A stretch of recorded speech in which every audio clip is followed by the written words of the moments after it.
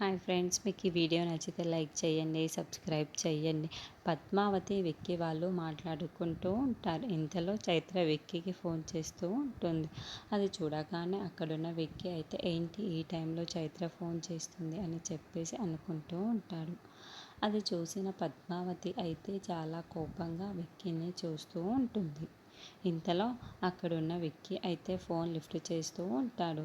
Hello Vicky, ఎక్కడున్నావు, ఎప్పుడు వస్తావు ఇంటికి అని చెప్పేసి చైత్ర అడుగుతూ ఉంటుంది. నువ్వు ఎక్కడికి వెళ్ళిపోయావో నాకు అర్థం కావటం లేదు, కానీ ఇంతసేపు ఉన్నావేంటి, ఇంటికి రావా అప్పుడే అని చెప్పేసి అడుగుతూ ఉంటుంది.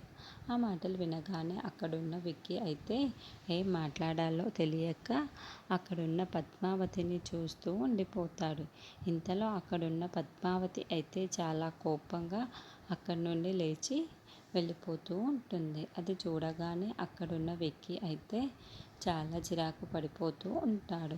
ఏంటి ఇలా జరిగింది, ఈ టైంలో చైత్ర ఫోన్ చేయటం ఏంటి అని చెప్పేసి అనుకుంటూ ఉంటుంది. ఇంతలో అక్కడున్న చైత్ర అయితే విక్కీ ఉన్నావా, మాట్లాడటం లేదేంటి అని చెప్పేసి అడుగుతూ ఉంటుంది. అక్కడున్న విక్కీకి అయితే ఏం మాట్లాడాలో తెలియక అలా అక్కడున్న పద్మావతిని చూస్తూ ఉండిపోతాడు.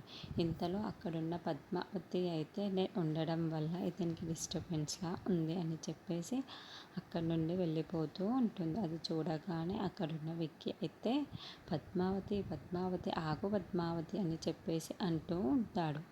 ఇంతలో అక్కడున్న పద్మావతి అయితే వెళ్ళిపోతూ ఉంటుంది. అది చూసిన విక్కీ అయితే చాలా బాధపడుతూ ఉంటాడు. ఏంటి ఇలా జరిగింది అని చెప్పేసి అనుకుంటూ ఉంటాడు.